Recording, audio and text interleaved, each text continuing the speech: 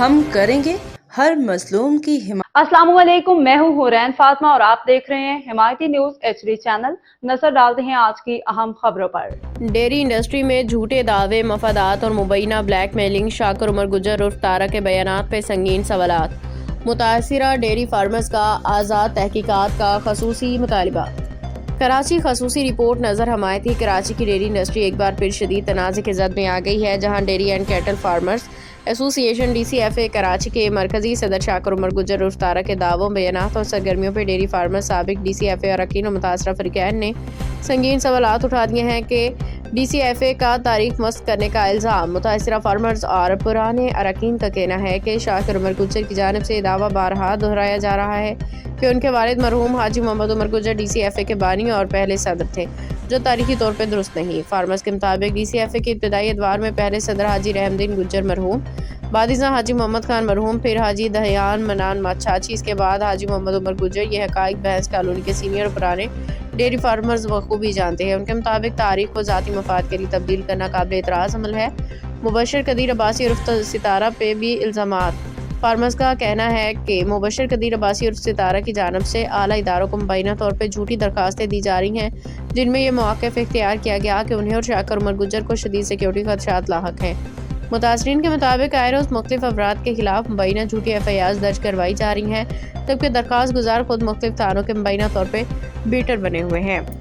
جمیل عمر گجر کا حلف نامہ اور لاتعال کی اہم پیش رفت اس وقت سامنے آئی جب شاکر عمر گجر کے بڑے بھائی جمیل عمر گجر نے عدالت میں حلف نامہ جمع کراتے ہوئے واضح طور پہ کہا کہ شاکر عمر گجر کے الزامات جھوٹ پہ مبنی ہیں اور ان کا ذاتی جھگڑا ہے اور ان دعووں کی تائید نہیں کرتے۔ حال ہی میں جمیل عمر گجر نے روزنامہ حمایتی نیوز سے گفتگو کرتے ہوئے اپنے چھوٹے بھائی شاکر عمر گجر عرف تارا سے باضابطہ لاتعلقی کا اعلان بھی کیا۔ 1996 کا قتل کیس 28 سال بعد دوبارہ کیوں؟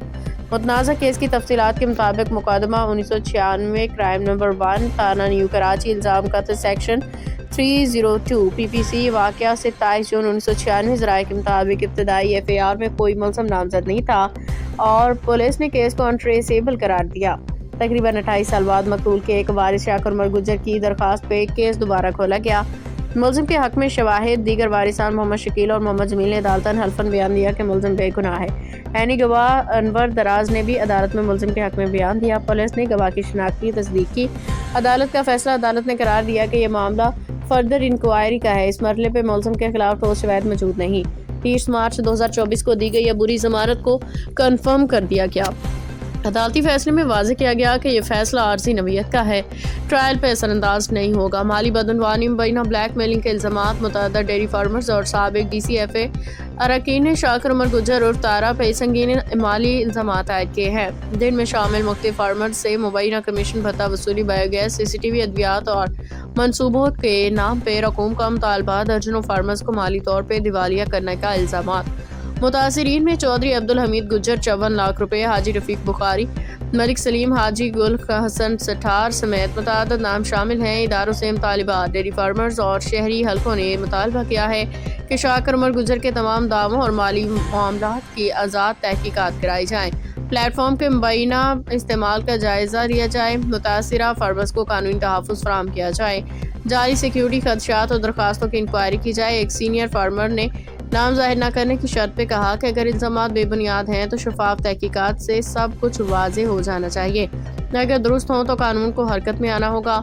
یہ خبر متاثرہ فریقین کے بیانات، عدالتی دستاویزات، دستیاب ریکارڈ کی بنیاد پہ شائع کی جا رہی ہے۔ شاکر عمر گجر عرف تارا کا موقف شامل کرنے کے لیے رابطہ کیا گیا، تاہم خبر کی اشاعت تک ان کی جانب سے کوئی باضابطہ جواب موصول نہیں ہو سکا۔ روزنامہ حمایتی نیوز، ہم کریں گے ہر مظلوم کی حمایت۔ اللہ وبرکاتہ۔ جمیل صاحب کیا حال ہے؟ اللہ کا شکر، اللہ کا کرم جی۔ کیسی ہے طبیعت؟ کام کیسے چل رہا ہے؟ ماشاء اللہ شکر الحمدللہ۔ پہچانا نہیں کون؟ میں اپنی پہچان آپ کے ساتھ کروا دیتا ہوں، آپ ہمارے بھائی ہیں پیارے، میں آپ کا چھوٹا بھائی نظر حمایتی، کیونکہ میں چھوٹی سی یہ علاقے میں خدمت کر رہا ہوں اور میں چاہتا جو وائس سے چلا رہے آپ؟ میں تو وائی سے نہیں چلاتا، میں سیدھی سادے وہ فلم بنا کے ہاں جو بھی وہ ہے نیوز سے چلاتا ہوں۔ میں نے سنی ہے وہ آپ کی، میں نے 2-3۔